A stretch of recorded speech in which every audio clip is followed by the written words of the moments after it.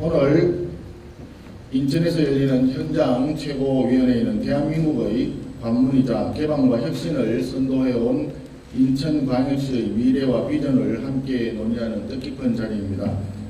인천은 하늘길과 바닷길을 통해 대한민국을 세계로 잇는 교통, 물류의 중심지이자 해양산업과 혁신성장을 선도해온 경제 중심도시입니다. 하지만 대한민국의 발전을 이끌어온 인천에도 원도심과 서해 5도 주민들의 취약한 정주 여건, 인천항 내항의 노후화, 포화 상태에 이른 교통망 등 도시 잠재력을 제약하는 시급한 현안들이 산재해 있습니다. 이러한 문제들을 해결하기 위해 제물포 내항 등 도시개발 프로젝트의 조속한 착공, 경인전철 및 경인고속도로 지하화, 인천공항 5단계 확장사업 추진, GTX B노선 신속 추진을 비롯한 광역 교통망 개선, 송도, 청라, 영종 등 성공적인 경제 자유구역의 확대 등이 체계적으로 추진되어야 합니다. 아울러 현 상황에서 추석을 앞두고 인천국제공항을 비롯한 전국 15개 공항 자회사 근로자들이 총파업을 예고한 소식이 전해졌습니다. 19일 첫 파업에 이어 명절 연휴부터 무기한 전면 파업에 나서겠다는 것은 노란봉투법 시행을 앞두고 국민을 볼모로 삼는 정치 파업으로 보입니다. 매우 우려스러운 상황이 아닐 수 없습니다. 추석 연휴에 공항 대란이 일어나지 않도록 정부가 책임지고 문제 해결에 나설 것을 촉구합니다. 최근에 원내 상황에 대해서 한 말씀 드리겠습니다. 이재명 정권의 졸속적인 악법 강행 처리에 맞선 국민의힘 의원들의 필리버스터가 3박 4일, 4박 5일째 이어지고 있습니다. 어제 더불어민주당은 국회 정관법 개정안 필리버스터에 들어가기 1시간쯤 전에 돌연 수정안을 국회 본회의에 제출하겠다면서 필리버스터 중단을 요청해 왔습니다.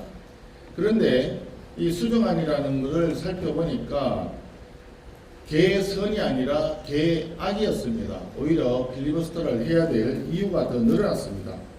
당초에 본회의장에서 의결하고 국회의장이 고발권을 행사하도록 되어 있던 것을 법사위원회에서 의결하여 법사위원장이 고발권을 가지는 것으로 수정이 되어 있습니다. 우원식 의장에게 주려던 권한을 빼앗아서 추미애 법사위원장에게 주는 더 센 추미애법을 제출하는 것입니다.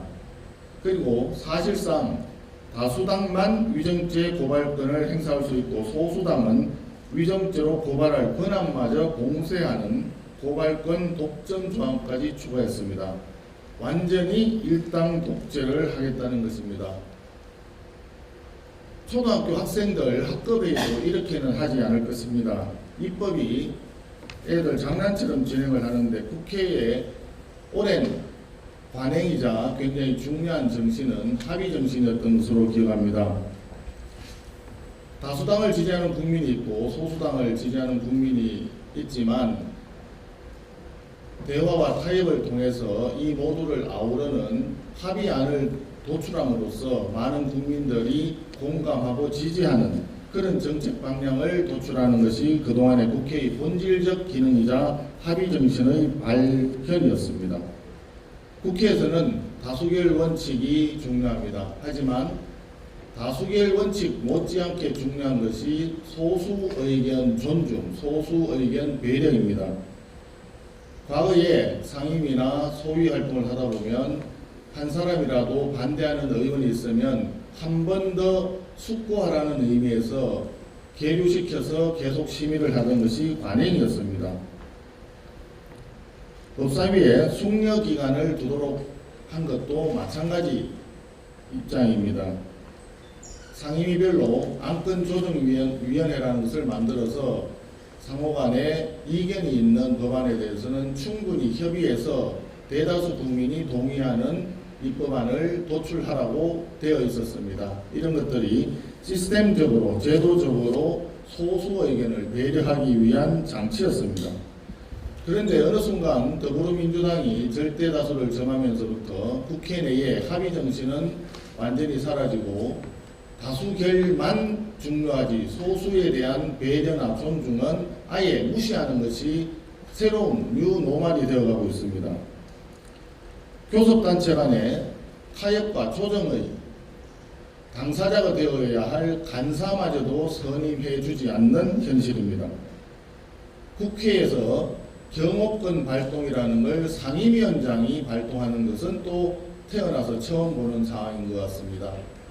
우리 의원 4명이 있었는데 무려 13명의 경위가 들어와서 우리 의원들을 에워싸고 강압적인 분위기를 만들었습니다. 심지어 그 중에 3명의 의원에게는 회의장에서 퇴장하라는 추미애 법사위원장의 명령까지 있었습니다.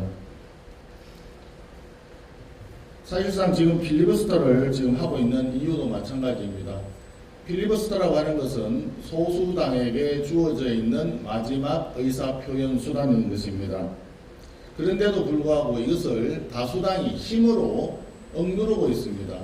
처음에 몇 년 전에 필리버스터를 할 때는 소위 회기 쪼개기라는 걸 해가지고 필리버스터를 무력화시켰습니다.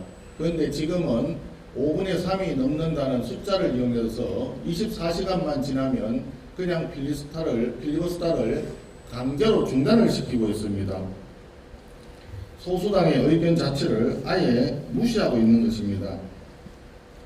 자기들 멋대로 독소조항을 잔뜩 넣은 법안을 제출해서 일방적으로 의결을 하려다가 필리버스터를 하니까 수정안을 제시했다고 하지만 그 수정안 자체가 더 개악이라면 어떻게 필리버스터를 중단하고 또 국민을 위한 법안을 만들 수가 있겠습니까?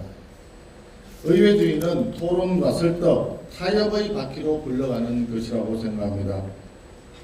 그동안 대한민국 의회가 국회가 문을 연 이후에 수십 년 동안 선배들이 힘겹게 쌓아 올린 피와 땀으로 쌓아 올린 의회 민주주의 그리고 법치주의의 벽돌을 하나씩 차곡차곡 쌓아 올린 것을 한순간에 지금 허물고 있는 것입니다.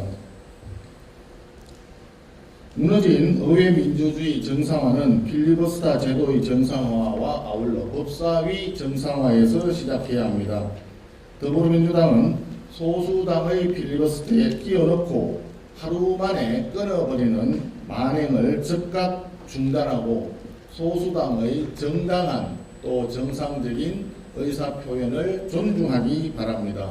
이것이 소수당에게 주어져 있는 마지막 정당한 저항권이기 때문에 마땅히 존중받아야 합니다.